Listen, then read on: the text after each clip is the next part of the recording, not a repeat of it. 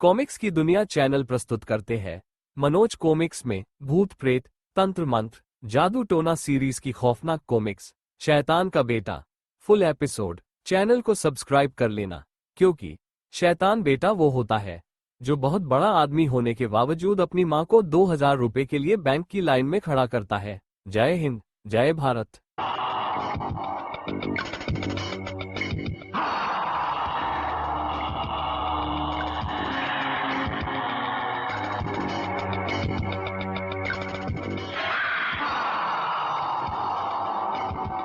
खून जमा देने वाली हाहाकारी दहशतनाक रोमांचक कथा। चित्रांकन हरविंद्र मानकर। कथा अंसार अख्तर। वीडियो एडिटिंग राज चावड़ा।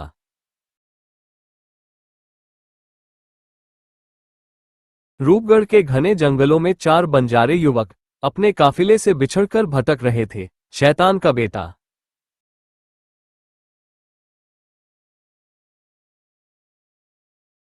सोमू भैया, रात हो गई है, अब तो यहीं पड़ाव डाल दो। मैं भी यही सोच रहा था, कोई सुरक्षित स्थान देकर पड़ाव डाल देते हैं शीघ्र ही। अरे ये खंडहर कैसे हैं, किसी हवेली के लगते हैं। ये तो मारा मांझी की हवेली लगती है। मारा मांझी कौन? मारा माछी एक अत्याचारी आदमी था। एक बार वो गांव की एक लड़की को उठा लाया था, जिससे क्रुद्ध होकर गांव वालों ने उसकी हवेली में आग लगाकर उसे जिंदा जला दिया था। लेकिन यहां तक देखने वाले चैनल को सब्सक्राइब करके जाना। असमय मृत्यु होने के कारण वो प्रेत बन गया। कहते हैं वो अपनी हवेली के निकट से गुजरने वाले सब आदमियों को मार डालता है। फिर तो हमें यहां नहीं रुकना चाहिए। ये सब बेकार की बातें हैं। जंगल में हमें इससे सुरक्षित स्थान और नहीं मिलेगा। भीतर चलो। सोमू को वे लोग बड़ा मानते थे, इसलिए उसका विरोध न कर सके। डर तो लग रहा है, मगर सोमू भैया का कहना तो मानना ही होगा। जो होगा देखा जाएगा। ये जगह ठीक है, थोड़ी लकड़ियां चुनकर आग जला लो। सुबह होते ही यहां से निकल पड़ेंगे। तभी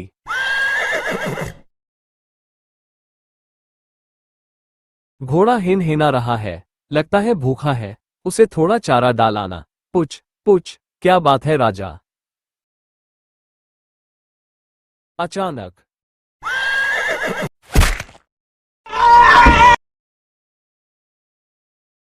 अगले पल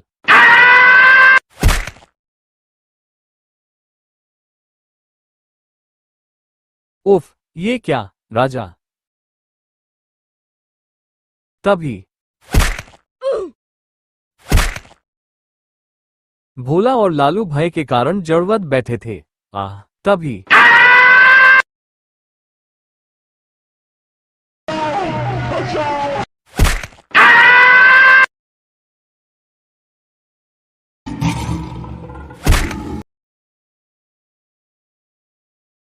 फिर तभी भोला और लालू जैसे नींद से जागे। भोला, लालू।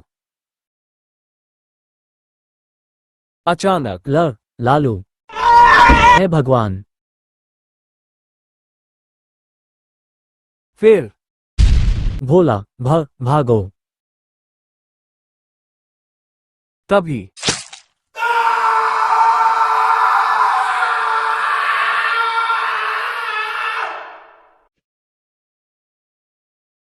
कुछ देर बाद वहां शांति छा चुकी थी।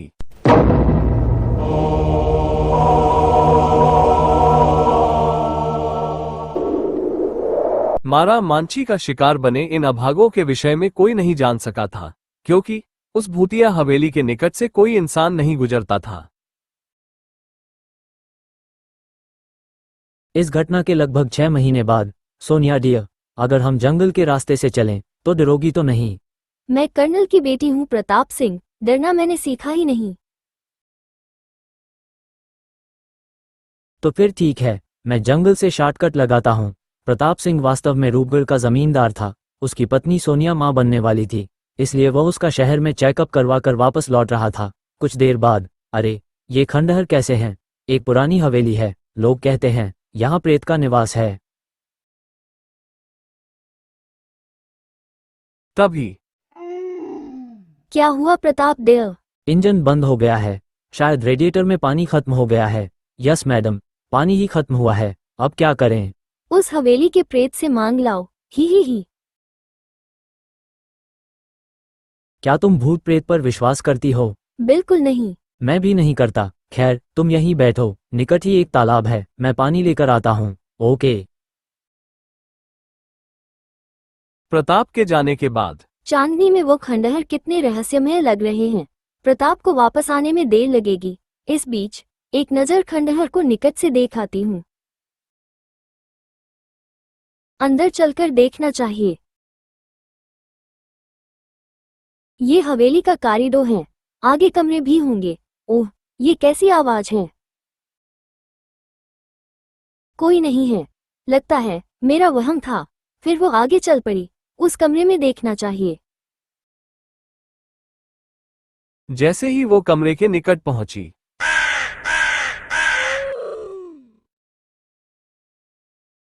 उफ, कितनी बदबू है। अचानक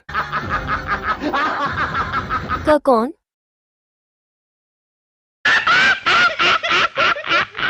उफ, कौन हो तुम? मैं मारा मांझी हूँ, इस हवेली का मालिक। मेरे निकट न आना। हाँ, यहाँ सिर्फ मेरा हुक्म चलता है। माँ, मैं गोली चला दूंगी।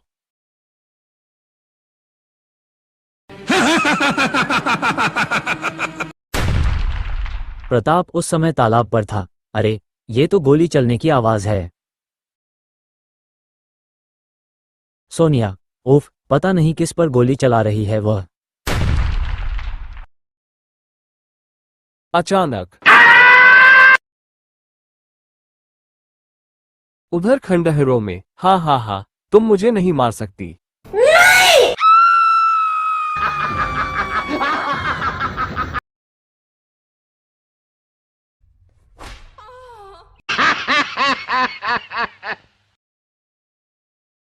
दूसरी ओर, सोनिया, कहाँ गई वह? कहीं हवेली में न चली गई हो। सोनिया, सोनिया कहाँ हो तुम? सोनिया, फिर जैसे ही वो उस कमरे में पहुंचा, हे भगवान। सोनिया, क्या हो गया है तुम्हें? उठो, इसे तुरंत डॉक्टर के पास वापस शहर ले जाना होगा। कार के रेडिएटर में पानी डालने के बाद वो वहां से रवाना हो गया। जैसे ही वो जंगल से बाहर निकले, प्रताप। क्या हुआ डार्लिंग, तुम बेहोश क्यों हो गई थी? प्रताप, मैंने उस हवेली में मारामाछी का प्रेत देखा था। उसने मुझे पकड़ लिया और मैं बेहोश हो गई। तुम्हें वहम लगा होगा, या फिर तुमने किसी जंगली जानवर को देखा होगा। प्रेत प्रेत कुछ नहीं होते। नहीं प्रताप, मैं सच कह रही हूँ। मैंने उसे देखा था। लगता है डर के कारण तुम्हारे दिमाग पर असर हो गया है। पहले तुम्हें डॉक्टर को दिखाना होगा। नहीं प्रताप, मैं बिल्कुल ठीक हूँ। तुम सीधे घर चलो, मैं आराम करना चाहती हूँ। ओके। कुछ ही देर में वो घर पहुंच गए। सलाम मालिक। सलाम मालकिन। कुछ ही दिनों में सोनिया वो घटना भूल गई थी और घर संभालने में व्यस्त हो गई थी। दीनू, तुम हटो, साहब के लिए चाय मैं बनाती हूँ। जी मालकिन। सोनिया, मैं जरा कचहरी तक जा रहा हूँ। जल्दी आना, मैं खीर बनाकर रखूंगी। इस तरह समय बीतता गया। कुछ दिनों बाद सोनिया ने एक पुत्र को जन्म दिया। बेटा मुबारक हो। आपको भी। प्रताप ने बच्चे का नामकरण बड़ी धूमधाम से किया था। हमारे बेटे का नाम ठाकुर भानु प्रताप होगा। बहुत अच्छा नाम है। सूर्यवंशम। नामकरण के कुछ दिन बाद एक रात प्रताप अपनी स्टडी में कुछ काम निपटा रहा था और सोनिया बच्चे के साथ बेडरूम में सोई हुई थी। अचानक अगले पल सोनिया गहरी नींद सो रही थी।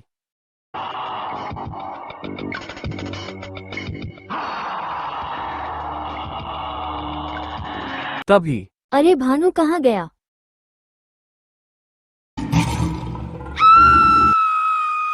हे भगवान, यह मैं क्या देख रही हूँ?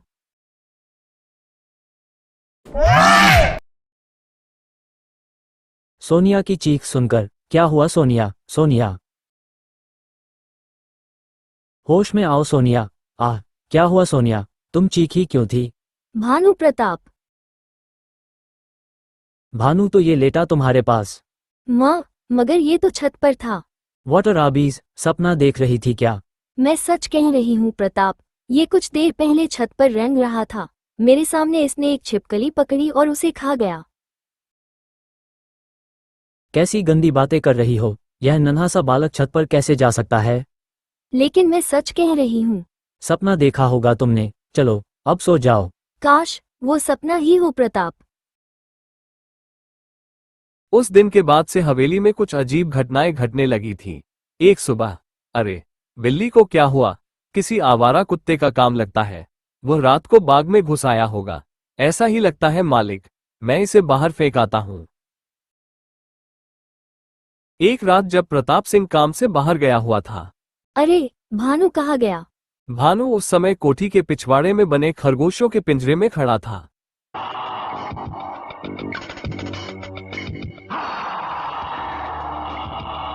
कुछ ही देर में उसने पिंजरे के सारे खरगोश मार डाले थे।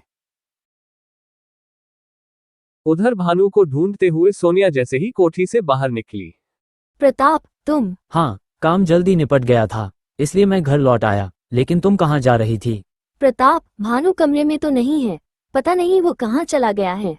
क्या कह रही हो? चलो मैं देखता हूँ। कमरे में घुसते ही, यह क्या है? अरे इसे कौन ले आया?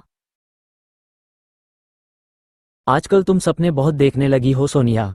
नहीं प्रताप, मैं सच कह रही हूँ। डोंट बी सिली सोनिया, जाओ भानु को चुप कराओ, शायद भूखा है बेचारा। मुझे तो अब इस बच्चे से डर लगता है। सुबह, मालिक, मालिक, क्या है दीनू? गजब हो गया मालिक, किसी जानवर ने हमारे सारे खरगोशों को मार डाला है। क्या है भगवान? पिंजरे का दृश्य देखकर प्रताप हैरान रह गया। उफ, लगता है इन्हें किसी वहशी जानवर ने मारा है। मगर प्रताप, पिंजरा तो बाहर से बंद है, फिर वो जानवर भीतर कैसे घुसा होगा? नेवला भी खरगोश को मार डालता है, शायद नेवला ही अंदर घुसा होगा। लेकिन प्रताप, नेवला तो अपने शिकार का मांस खा जाता है, जबकि खरगोश को खाया नहीं गया है। तुम इस बारे में सोचकर परेशान मत हो, भीतर चलो। प्रताप, लगता है हम किसी मुसीबत में फंसने वाले हैं। तुम बेकार ही डर रही हो, आओ भीतर चलो। अगली रात,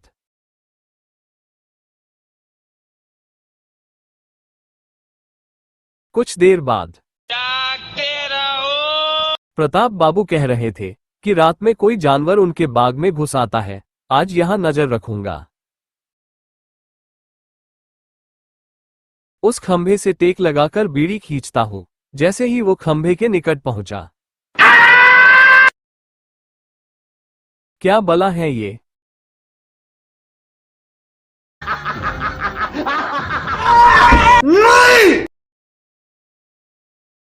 अगली सुबह किसी जंगली जानवर का काम लगता है।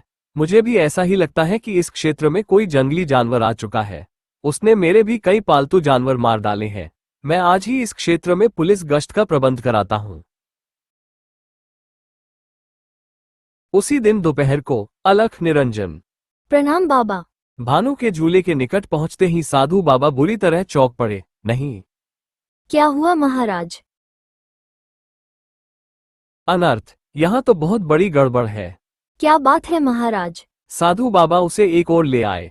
ये बालक इंसान नहीं है पुत्री, तेरी कोख से एक शैतान ने जन्म लिया है।